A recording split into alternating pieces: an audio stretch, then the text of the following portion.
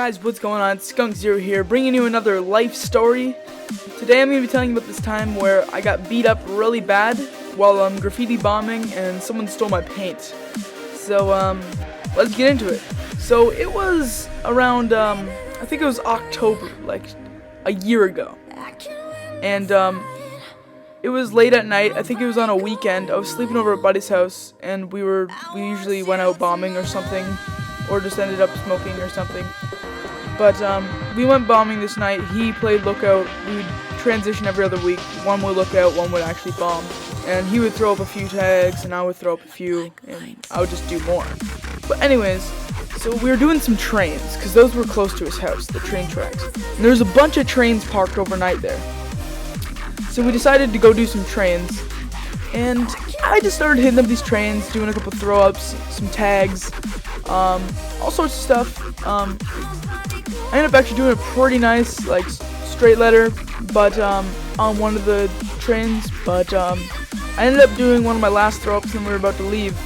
And all of a sudden, the guy who was playing lookout must have not been paying attention, because another writer who I'd been feuding with for a bit there, I'm not gonna name his name, you can probably find him all over the internet, whatever, but I was feuding with this guy, and he comes up behind me, and he kicks me in the, like, right in the back, and my back just cracks, and I just feel like this burning sensation all the way through my spine, and it just hurts so bad. Then I'm just like, I just freaking hit my head off the train and everything, and then he grabbed my bag of paint, my shopping bag of paint, and he started running. Now I'm lying here. I think my back is, like, really hurt. Like, I think I may have cracked a vertebrae or something, because it was just so painful. This guy was wearing, like, big boots too, because it was, like, cold and wet out and stuff. It was October. But anyways, he was wearing these big boots, and it hurt so bad when he kicked me. I don't know why I do this. Like, this happened in the dirt bike crash story and the crazy man who thinks he knows everything story. I'm not ever afraid about me. I wasn't afraid at the time that I may have broke something.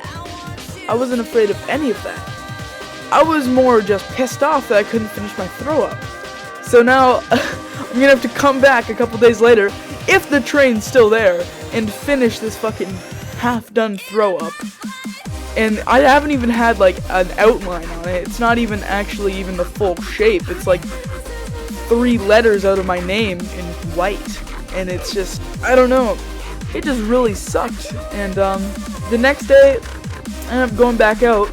And here's the twist. The next night, I ended up going back out. I think it was a 3-day weekend. So I was staying over the second night. And I was staying over the second night. And I went out again. He was doing more, but then as my friend was doing this stuff, we were hitting a bit of trains and a couple of walls downtown. When we were in one of these alleyways with the wall, I look up on one of the roofs that is a common spot to hit up. We were just about to head there, and anyways, guess what I see? The rival graffiti writer with my bag full of paint. It looks like he had just started bombing at this point, or doing his piece, so it was pretty much all there except for a can of black. What I do is I get up on the building, I hop on this little milk crate, and I grab a hold of one of these ladders, and I pull myself up, and I run over this kid. I push him right into his fucking piece. He falls to the ground. He just completely face plants into the fucking wall and then onto the ground. And then I just grab my bag of paint and then just toss it to my buddy, my partner, and I just jump right off onto the milk crate, and we just start booking it. He's already finished his piece at this time. It was perfect timing.